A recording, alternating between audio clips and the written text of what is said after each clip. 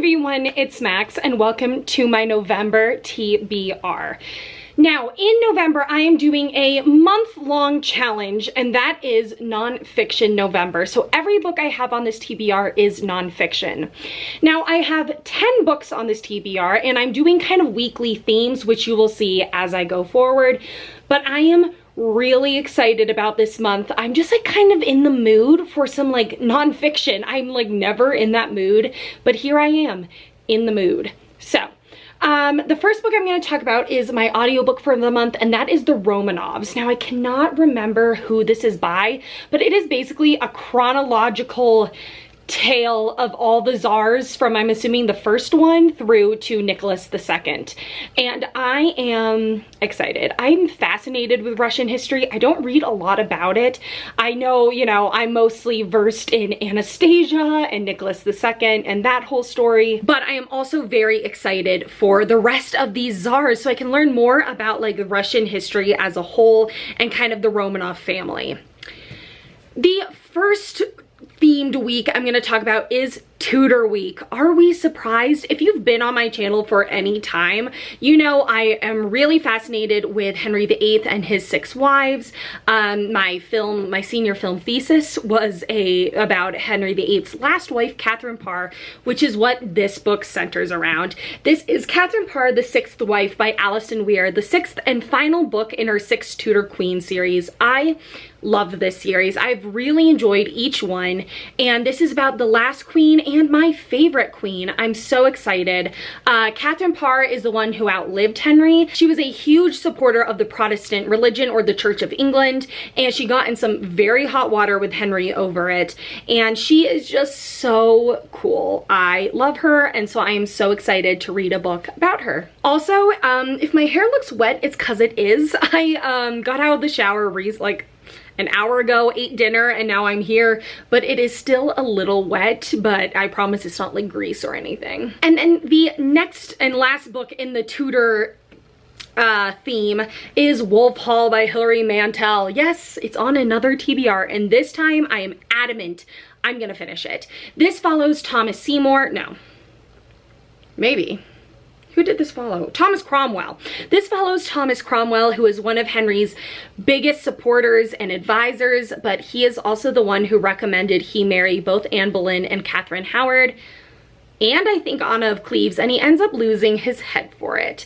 And I'm nervous because I do not read a lot of books in this period that center around a man. I have read books where like Henry VIII is the main character, but not just like a random dude. And don't get me wrong, at the time he was not random. He was the like 2nd most powerful man in all of England, but he's still like, I'm just a little nervous reading from a man's point of view about the happenings of Anne Boleyn, but hopefully because it's a woman author, it'll work out. We'll see. I've heard divisive things. Either people seem to love it or hate it, so we'll see.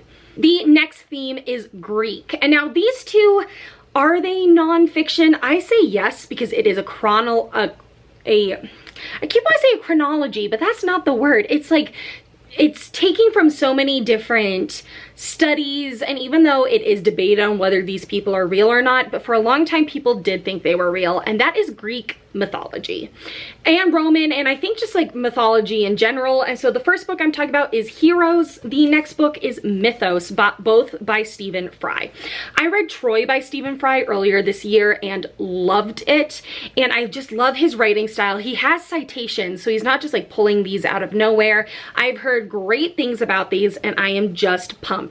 So Heroes chronicles, that's the word I was looking for, chronicles great heroes of old and in myths like Achilles and Hercules and Jason and all these different characters that we know and love from mythology. And then Mythos are the myths themselves. I have not actually really read a book that just centers around the myths. I've read a lot of retellings and all that stuff, but I haven't read a lot of books that are just like, here's the myth. And so I'm actually really pumped about this. The next theme and the last theme that I'm going to feel like I have to get to is true crime. I do not read a whole lot of true crime. I read I'll Be Gone in the Dark and really enjoyed it, but that's about it. So the first book I'm going to talk about is Mindhunter. This is now a Netflix show, so I'm hoping that if I enjoy this, I'll watch the show. And honestly, I could not tell you, but it's like what it's about. But it's about like a special agent who like had a career that had to do with serial killers. And now it's just, I think, talking about some of his most famous cases. I'm pumped. I think that this will be good, and then I'm really excited to watch the show after. And then the last book in this week is Ultimate Evil, which is about the search for the Sons of Sam, which was basically a cult. I love cults in books, in movies, in shows. I am a huge fan of just like watching them and reading about them, even though, like, don't get me wrong, I would never want to be part of a cult. This just like, it's so interesting to me how people just like believe in like this one person who for everyone else is like they're kind of crazy.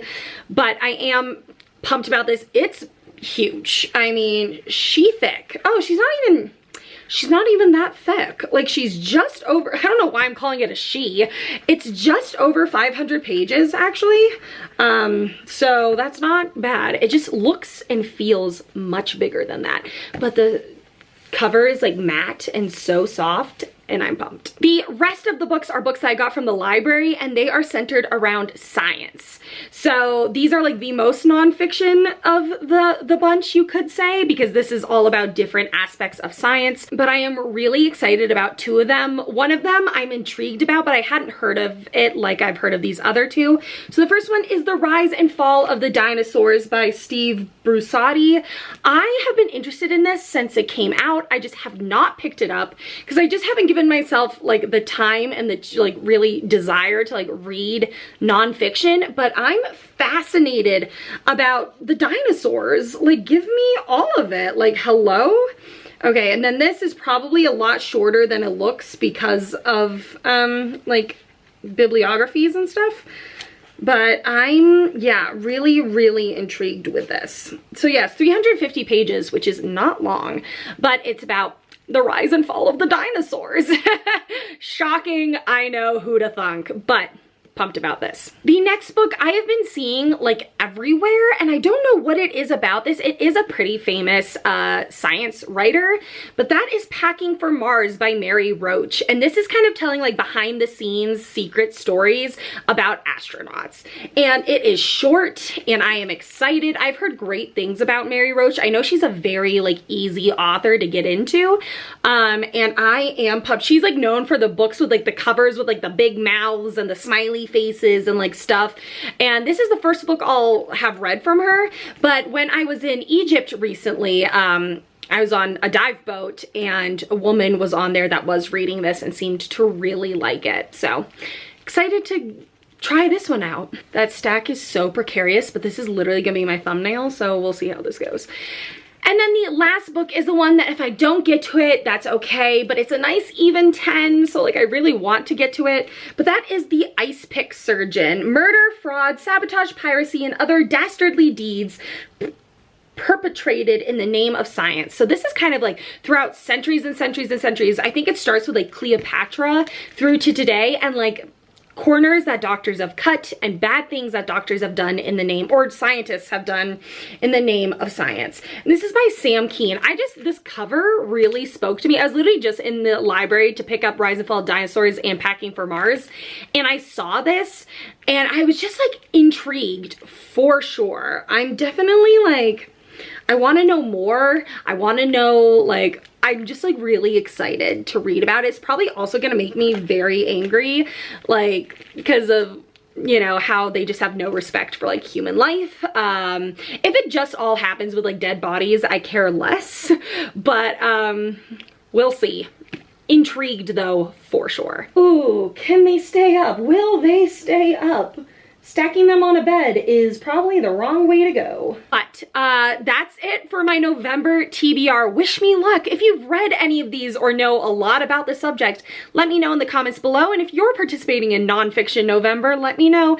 And I will see you soon with another video. Bye.